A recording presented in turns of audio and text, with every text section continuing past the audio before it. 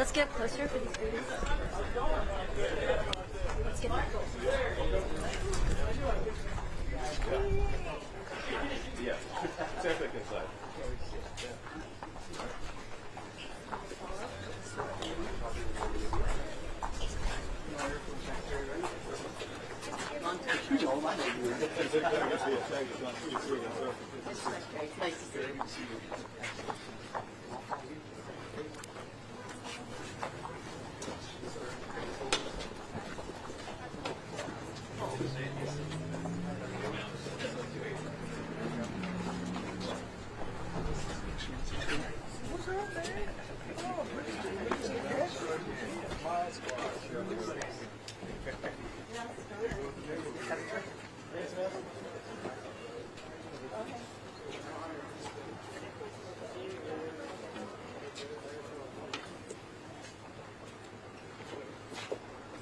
Here's the girl. See? Good to see you. How are you? Can you hear me?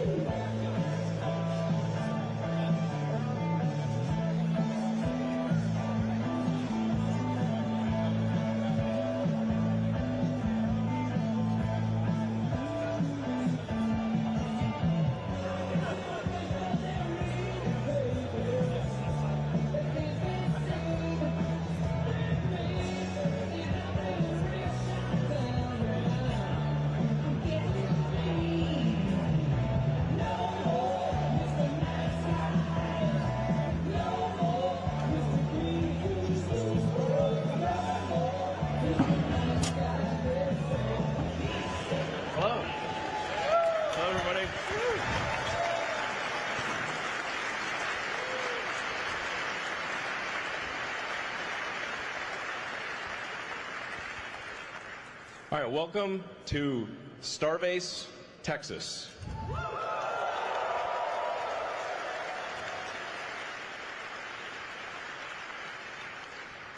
This is a city, it's actually legally a city, that thanks to the hard work of the SpaceX team, we built out of nothing, and is now a gigantic rocket manufacturing system. So, and for people out there who are curious to see it, we're actually on a public highway, so you can come and visit and drive down the road and see the epic hardware. So I think this is the first time that a rocket development program has actually been on a public highway. So you can come and see the epic stuff. We're honored today to have the Secretary of War, Pete Hegseth, and much of the senior leadership of the Pentagon here. It's an honor to have them visit. We just did a tour of the factory, and I think it really helps illustrate how manufacturing and manufacturing at scale is critical to the strength of America. So, and I'll tell you a little bit just about the purpose of SpaceX. It's like we want to make Star Trek real. Okay? We want to make Starfleet Academy real, so that it's not always science fiction, but one day the science fiction turns to science fact. And we have spaceships going through space, big spaceships, with people going to other planets, going to the moon, and ultimately going beyond our star system to other star systems, where we may meet aliens or discover long-dead alien civilizations. I don't know, but we want to go, and we want to see what's happening, and we want to have epic, futuristic spaceships with lots of people in them, traveling to places we've never been to before. Yeah, that's that's the goal.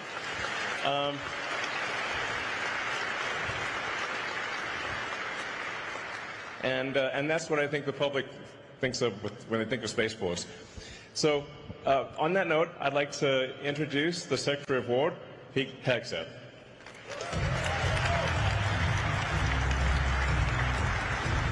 Thank you, Elon. Appreciate it. Thank you very much. How about this? Star Trek real. Star Trek original. Yes. Appreciate it. I love it. Well, what a tour. What an opportunity to be here at Starbase, Texas, with Elon and the SpaceX team. There's nothing like this in America. There's nothing like this in the world. And what you have built and what you will build here is a testament to the strength of American ingenuity and American invention. So I want to thank all of you, all the folks out here for having us today. Elon, thank you so much for hosting us, for what you've built, for the vision you have for this company, the vision you have for our country, the vision you have for American innovation. I could not think of a more fitting venue to continue our Arsenal of Freedom tour and to outline today the future of technological innovation at the War Department. Those of you here at SpaceX will appreciate this, knowing that as World War II was ending, the Secretary of War and Secretary of the Navy wrote to the National Academy of Sciences and declared that scientific research was essential to our national security. To ensure continued preparedness, they wrote, the research scientists of the United States must be called upon to continue in peacetime some substantial portion, that of which they have made so effectively during the stress of the present war.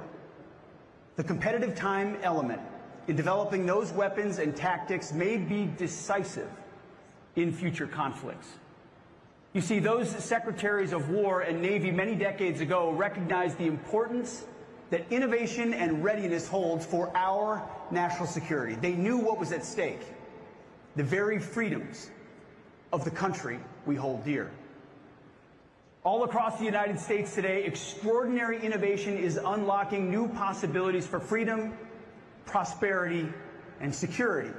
Now, the question before us is not whether or not the most powerful technologies of this century will reinforce free societies? Is it going to reinforce our free societies, or will that technology be shaped and twisted by malign regimes that seek to use those technologies for control and coercion? You see, over the past several months, I've talked at length about the challenges we face in transforming the War Department to address current and future missions, all in service of meeting the needs of the 21st century warfighter. I'd like to think we've already made dramatic progress in the Pentagon's culture by reviving the warrior ethos, and we're moving out quickly in transforming our acquisition ecosystem as well. But today is about how we supercharge innovation at the War Department for the era ahead. Innovation is happening at a pace we can't even foresee, and we need the entire enterprise, our enterprise, to embrace the urgency required for this moment. Since the end of the Cold War, the defense industrial base in our country has consolidated.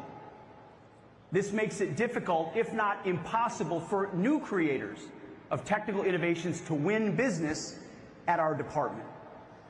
The result is a risk-averse culture that prevents us from providing our warfighters with the best resources that America has to offer. That ends today.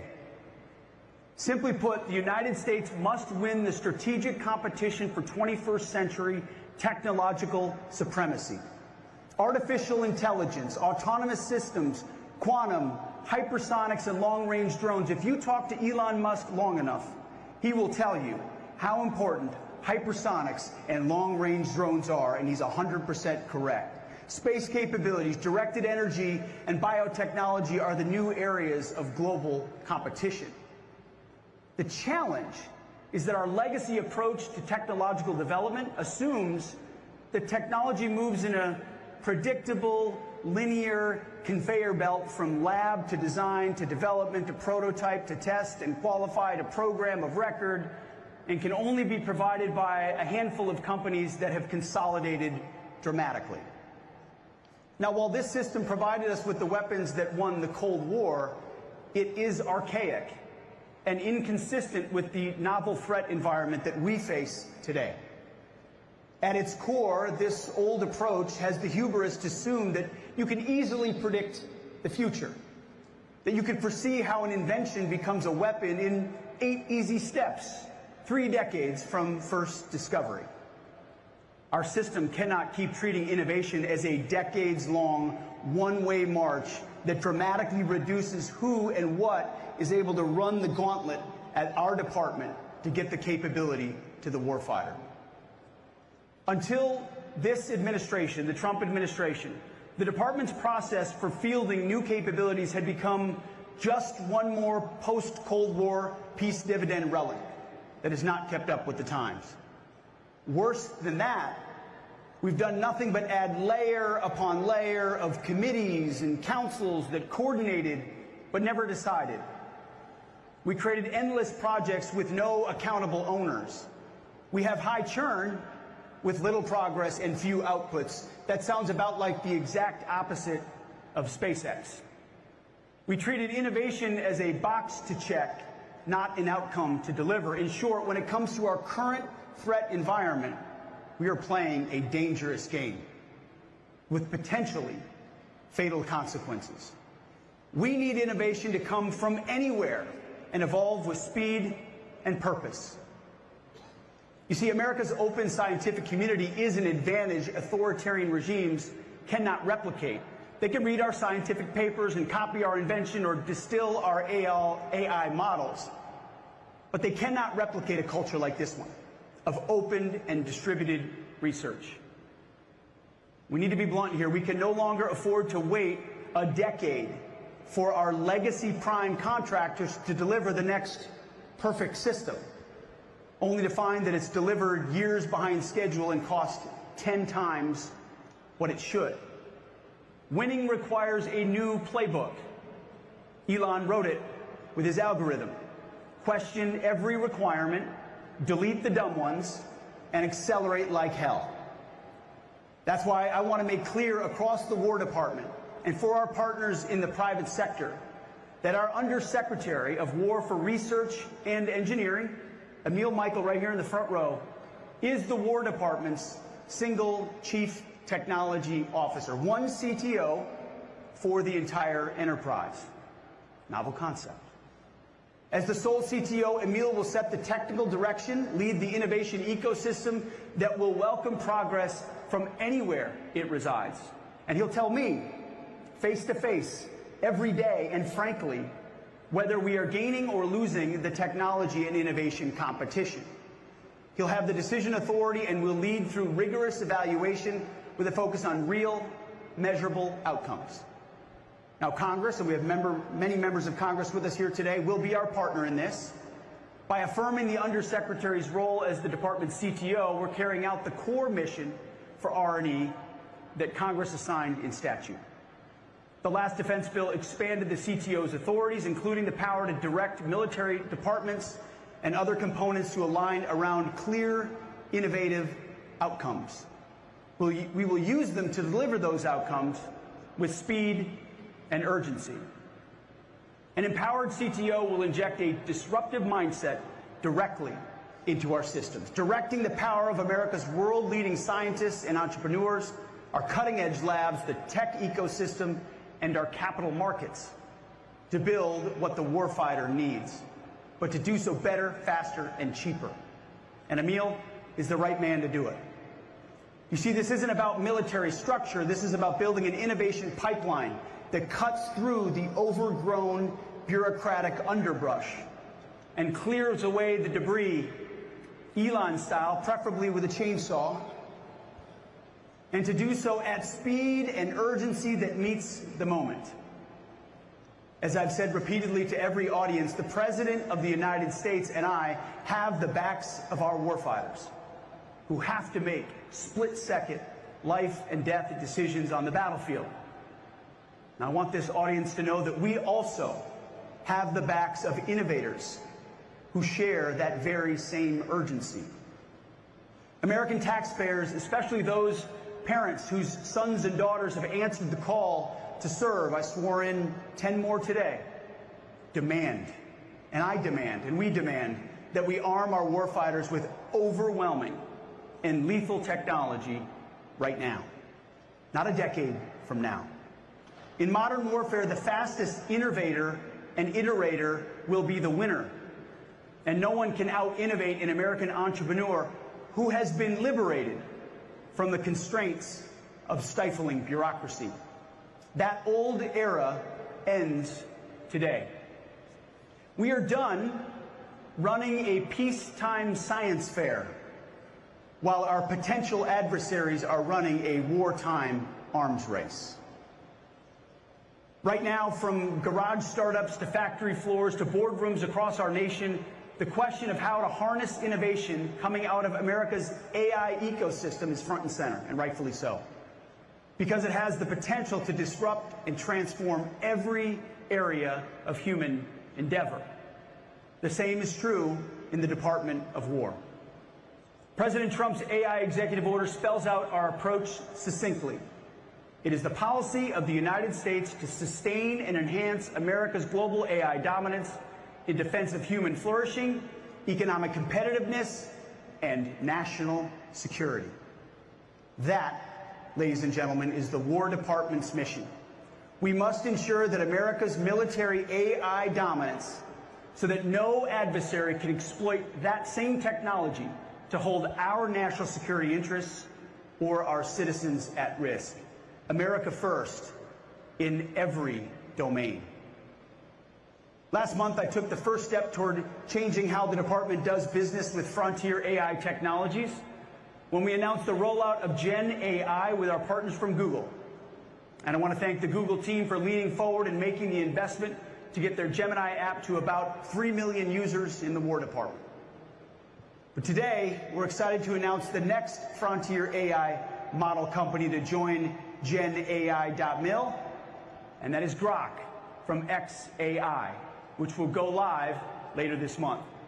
So I want to thank you, Elon, and your incredible team for leaning forward with us on this as well. Very soon, we will have the world's leading AI models on every unclassified and classified network throughout our department. Long overdue. To further that, today, at my direction, we're executing an AI acceleration strategy that will extend our lead in military AI established during President Trump's first term. This strategy will unleash experimentation, eliminate bureaucratic barriers, focus on investments, and demonstrate the execution approach needed to ensure we lead in military AI and that it grows more dominant into the future. In short, we will win this race by becoming an AI-first warfighting force across all domains, from the back offices of the Pentagon to the tactical edge on the front lines. The catalyst for this acceleration will be 7 pace-setting projects focused on mission threads across warfighting, intelligence, and enterprise missions, each with a single, accountable leader, aggressive timelines, and measurable outcomes that answer a familiar question, Elon. What have you accomplished this week? This is the execution standard for AI-first transformation. Each of the 7 pace-setting projects will use the following model. 1 owner who reports monthly on their progress. These projects will not be run in a vacuum, but will work directly with warfighters and transition partners to ensure we incorporate real-time operational feedback. We expect rapid iterations with failure accelerating the learning curve. These are not science projects. They are not governance boards. They are the execution standard for the entire department. We will not win the future by sprinkling AI onto old tactics like digital pixie dust. We will win by discovering entirely new ways of fighting.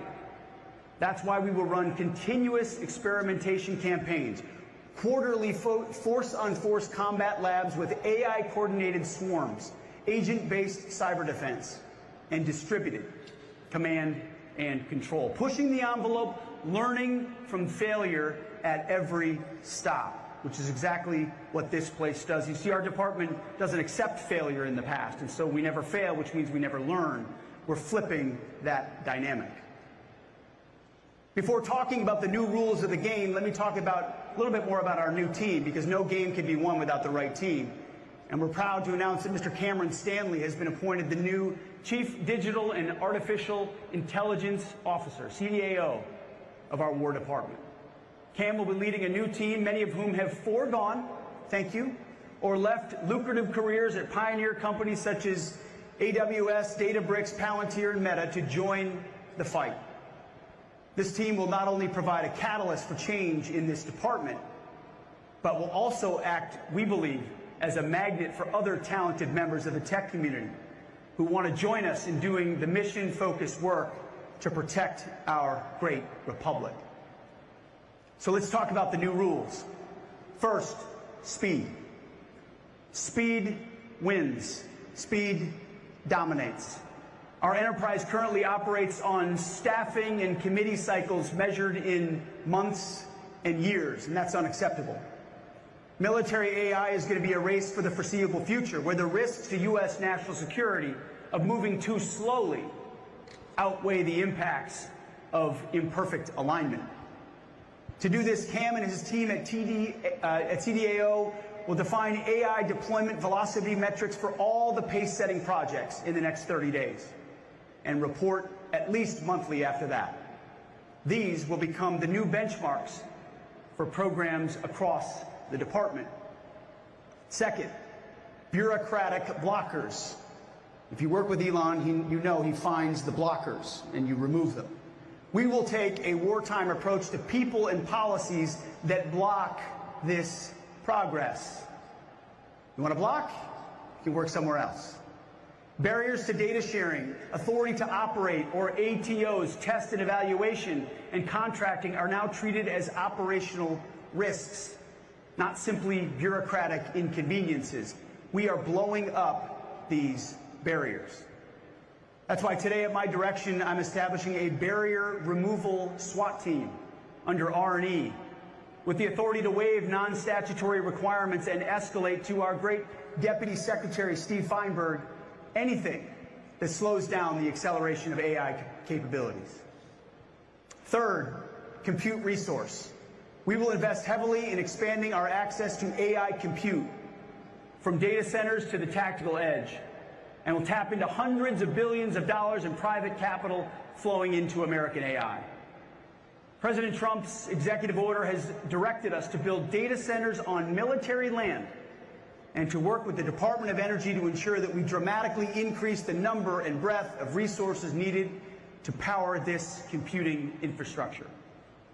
We will work together with our partners at Google and AWS and Oracle and SpaceX, Microsoft, and others on these initiatives. Fourth pillar, especially in this room, you'll understand it, is talent. We will use every hiring and pay authority available to us to bring the best American technical talent and reward effective AI transformations by our workforce. We're going to heavily leverage President Trump's Tech Force initiative to bring in the best and brightest from industry and academia. With people like Elon, David Sachs, Emil, Mike, and others from the entrepreneurial and business world already in government, we have shown that we can and that we must enlist the world's leading talent in this cause. Fifth, responsible AI. Today I want to clarify what responsible AI means at the Department of War. Gone are the days of equitable AI and other DEI and social justice infusions that constrain and confuse our employment of this technology. Effective immediately, responsible AI at the War Department means objectively truthful AI capabilities employed securely and within the laws governing the activities of the department. We will not employ AI models that won't allow you to fight wars. We will judge AI models on this standard alone: factually accurate, mission relevant, without ideological constraints that limit lawful military applications. Department of War AI will not be woke. It will work for us. We're building war-ready weapons and systems, not chatbots for an Ivy League faculty lounge. Sixth, and finally, data. AI is only as good as the data that feeds it. And the U.S. military has an asymmetric data advantage from 2 decades of military and intelligence operations that no other military in the world can replicate. But right now, we are underutilizing this advantage. Too much of our data is stranded. It's stuck in bespoke program databases, locked behind Title 10 or Title 50 stovepipes, invisible to operators, engineers, and industry who can help us exploit it with winning speed and scale. And that's why today, at my direction, CDAO will exercise its full authority to enforce the DOW data decrees and make all appropriate data available across federated IT systems for AI exploitation, including mission systems across every service and component. Each service secretary and component head will submit catalogs of their current data assets to the CDAO within 30 days. Denials of data access requests will be reported to the CTO within 7 days, and they better have a good justification. Today, I'm also directing the Undersecretary for Intelligence and Security, Brad Hansel, to ensure appropriate data from across our intelligence enterprise receives the same treatment and can be fully leveraged to warfighting capability development and operational advantage. AI is only as good as the data that it receives, and we're going to make sure that it's there. Persistent barriers to data access will be escalated to the Deputy Secretary of War for resolution, with authority to reassign or terminate personnel or withhold funding from non-compliant activities within the statutory limits. We'll be clear here. As I said, data hoarding is now a national security risk, and we will treat it that way. AI is an important part of the future, but here's another truth that we've ignored for too long. Beyond AI, we've treated every other kind of innovation as if they're the same. As you know, they're not. We need to break down unnecessary barriers to rapid technological development, adoption, and transition.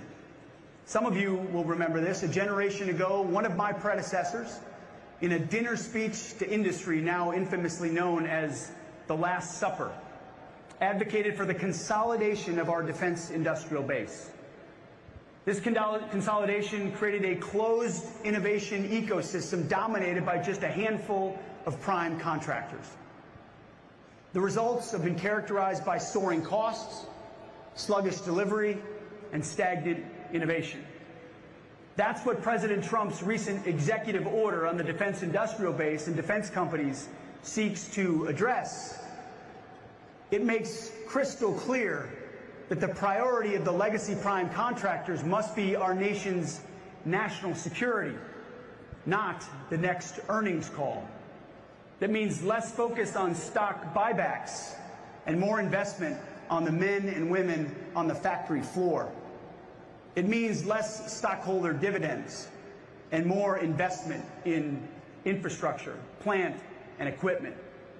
Today, that old era comes to an end.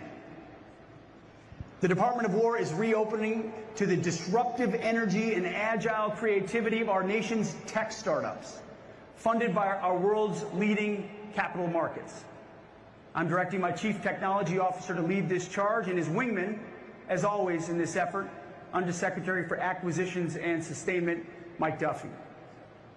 For too long, we organized our ecosystem around stages and silos, labs over here, so-called rapid units over there, commercial outreach in a different building or on another coast altogether, and warfare fighters somewhere at the end, almost an afterthought.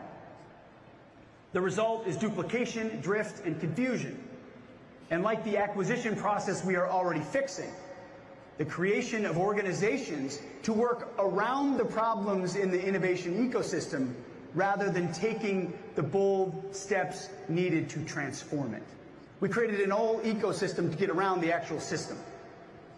No more. Every dollar of innovation, whether it may be in a lab or a startup or a classified shop, must exist to deliver one of three things: game-changing technology, scalable products, or new ways of fighting. If it's not doing one of those three things at speed, it will be realigned or it will go away. And that's why I'm entrusting Emil as the CTO to ensure that this directive across the department is rapidly carried out. Emil, you're going to be busy. Again, what we're talking about today is a transformation in the way we think about innovation. In requirements reform led by Mike Duffy, we killed an old model, a sclerotic model, and rewired the department so that problems, money, and experimentation live in one system. In acquisitions reform, we killed the defense acquisition system and created accountable portfolio acquisition executives, making speed to delivery our organizing principle. We're going to do the same for technological innovation. That's why today, at my direction, we are ending the alphabet soup of councils that meet and brief and write memos and schedule meetings, but never decide and rarely, if ever, accelerate outcomes. Effective immediately, the Defense Innovation Steering Group, the Defense Innovation Working Group, and the CTO Council are disestablished and abolished. In their place, the CTO will convene a CTO action group to assist him in making decisions, clearing bureaucratic blockers, holding leaders accountable, and most importantly, quickly delivering new technologies to our warfighters. Every organization in this ecosystem must earn its place by delivering warfighting advantages faster than our adversaries can adapt. No sacred cows, no exceptions. To back up the CTO, today at my direction, we are realigning two pillars of the War Department's innovation ecosystem. First, the Defense Innovation Unit, or DIU. Since its establishment 10 years ago, DIU has lived through shifting reporting structures and uneven administrative support, doing great things, but at times its portfolio overlapped with other parts of the department. Effective today, DIU is designated a Department of War field activity, providing exceptional tech scouting, rapid contracting, and other common services to the department, executed at commercial tempo. The CTO will provide support to DIU for administrative and resource matters and ensure that the unit's efforts fit into the department's innovation priorities. The director of DIU will also continue to report directly to me as a principal staff assistant and carry out its statutory duties. And I'm appointing Mr. Owen West, executor of my Drone Dominance Initiative, as the director of DIU starting in March, when the FY27 budget cycle firms up. As a Marine with lots of combat experience, Owen will bring a warfighter's mentality to DIU's core mission of transitioning technology to our troops. Owen also has the private capital experience needed to ensure DIU remains working hand in glove with the venture and investor communities and continues to on-ramp new entrants into the War Department. Owen led DOGE at DOW, the most effective DOGE effort across the administration, saving tens of billions of dollars for our department, and now he will lead DIU. Our world-leading defense tech startups have attracted billions of dollars in capital. They're reshaping warfare through the proliferation of high-tech, low-cost technologies.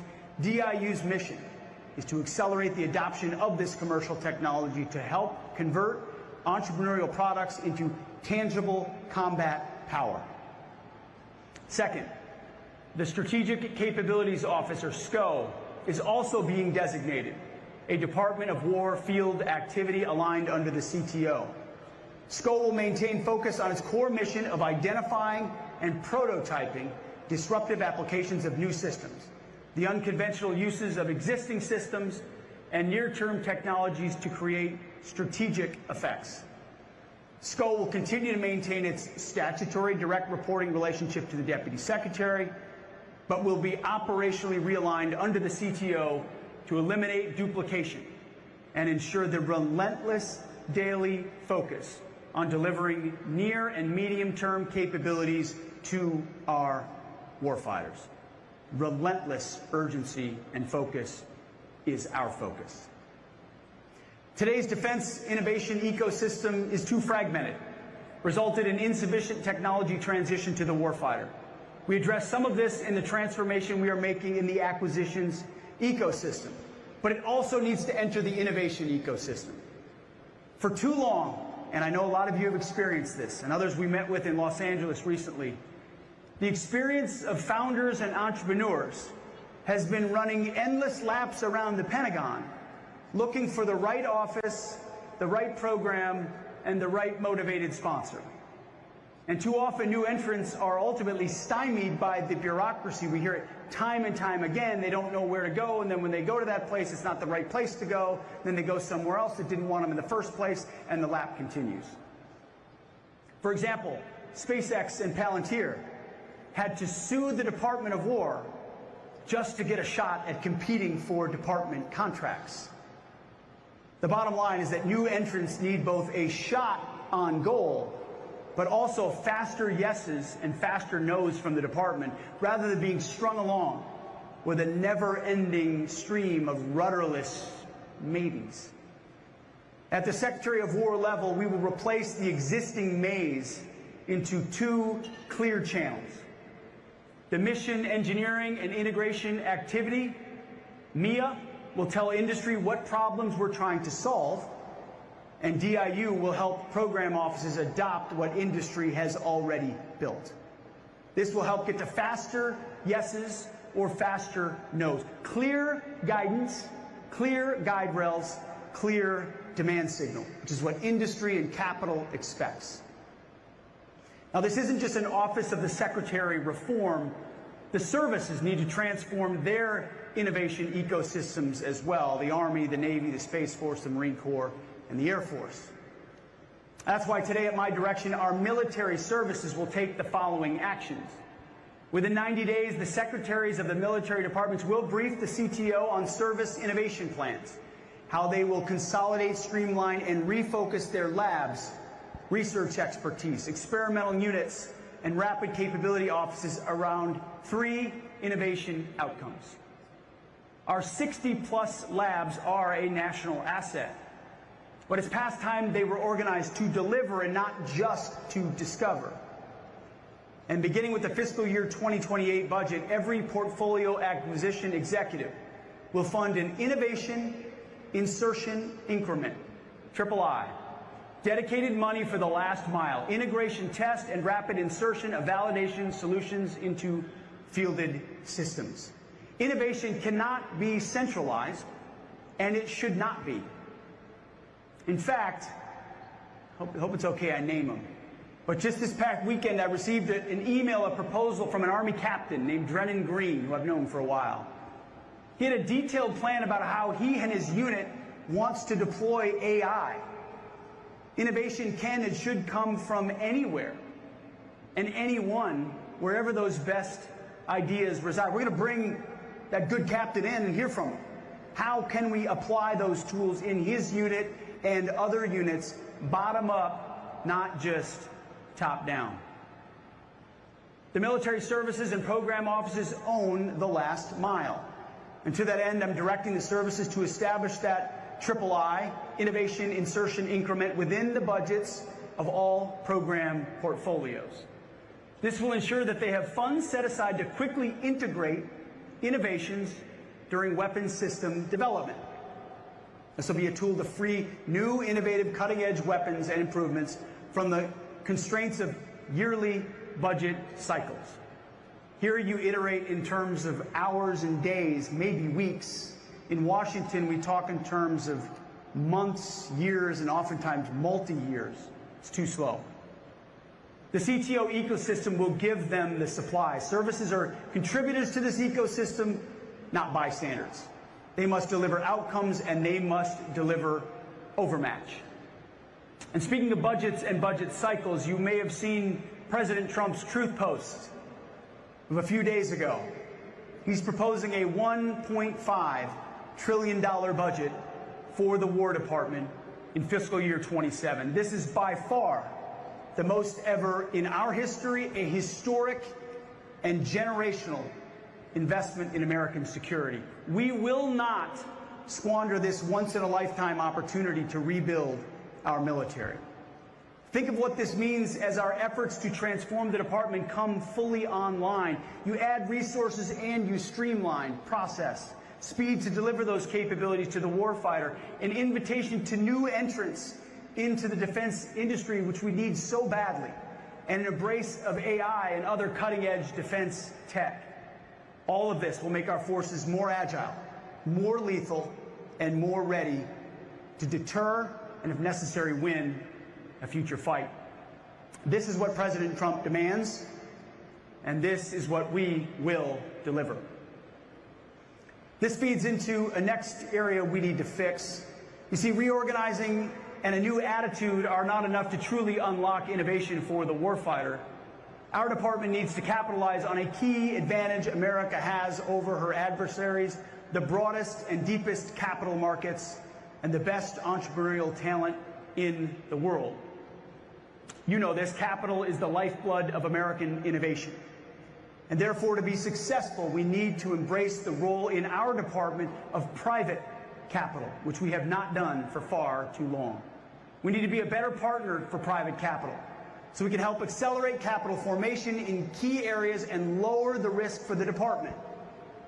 Private capital is already helping to solve a major problem that President Trump has directed us to confront and solve across this administration: ending our reliance on competitors for access to rare earth and critical minerals. The Office of Strategic Capital, or OSC, under the leadership of David Lorch, is spearheading those efforts and delivering as we speak. In the past 5 months alone, the OSC team has deployed over $4.5 billion in capital commitments as part of closing 6 critical mineral deals, all of which will help free the United States from market manipulation. Crucially, OSC's strategy relies on crowding in private sector investors, from this VC community to our country's largest financial institutions. The 6 OSC deals to date include nearly $5 billion from our private capital partners. OSC has closed most of those deals in less than 30 days, which is Trump time for complex transactions. That may seem maybe slow for SpaceX. In Washington, that's as fast as it gets. I mean, that is warp speed in Washington. All of our investments serve one purpose: deliver faster for the warfighter. Now, some will want to cynically posit, is this just another innovation reorganization? Another set of strategies that brief well but don't actualize? No.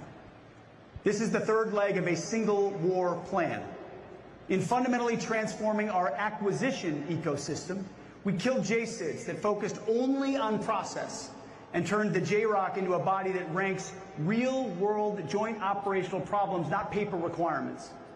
We created the MIA to run experimentation campaigns to solve these problems.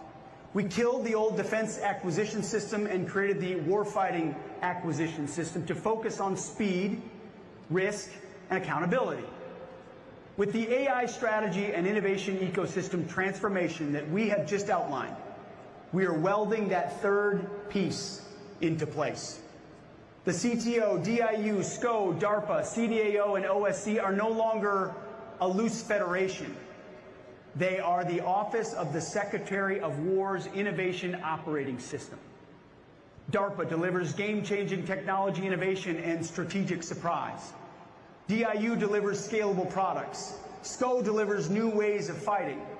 And CDAO and OSC provide the data, test, and capital to move at wartime speed. As of today, they are an ecosystem, an arsenal of ideas and action for the arsenal of freedom, wired directly into requirements, portfolios, and production. Game-changing technology, scalable products, new ways of fighting, all three moving at wartime speed. Problems drive experimentation, experimentation flows to prototypes, prototypes flow to our program executives flow these to production, production flows to the warfighter, and the cycle never stops, always iterating.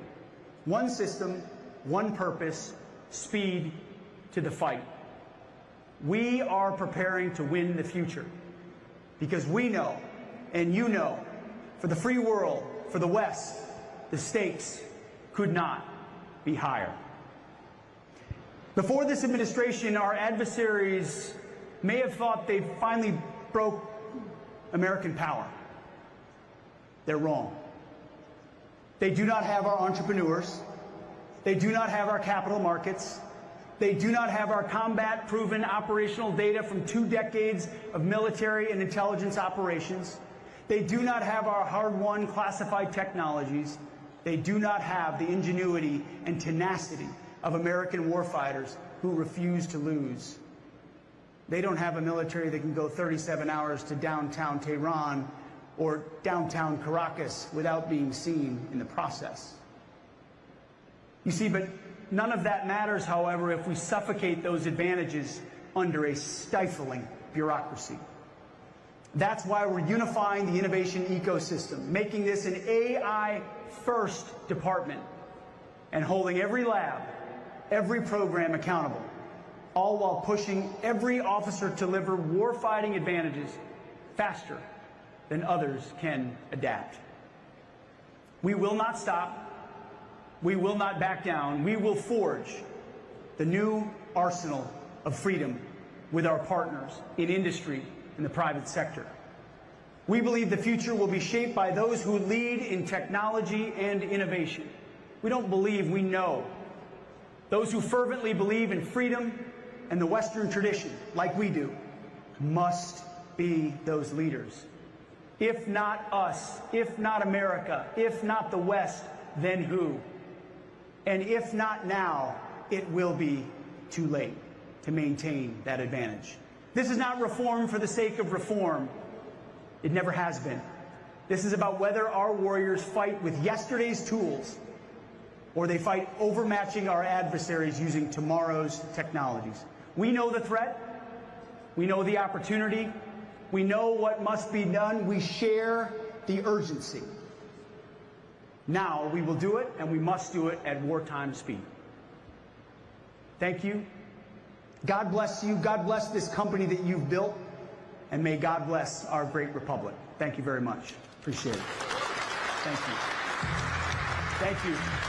Appreciate you guys. Thank you, sir.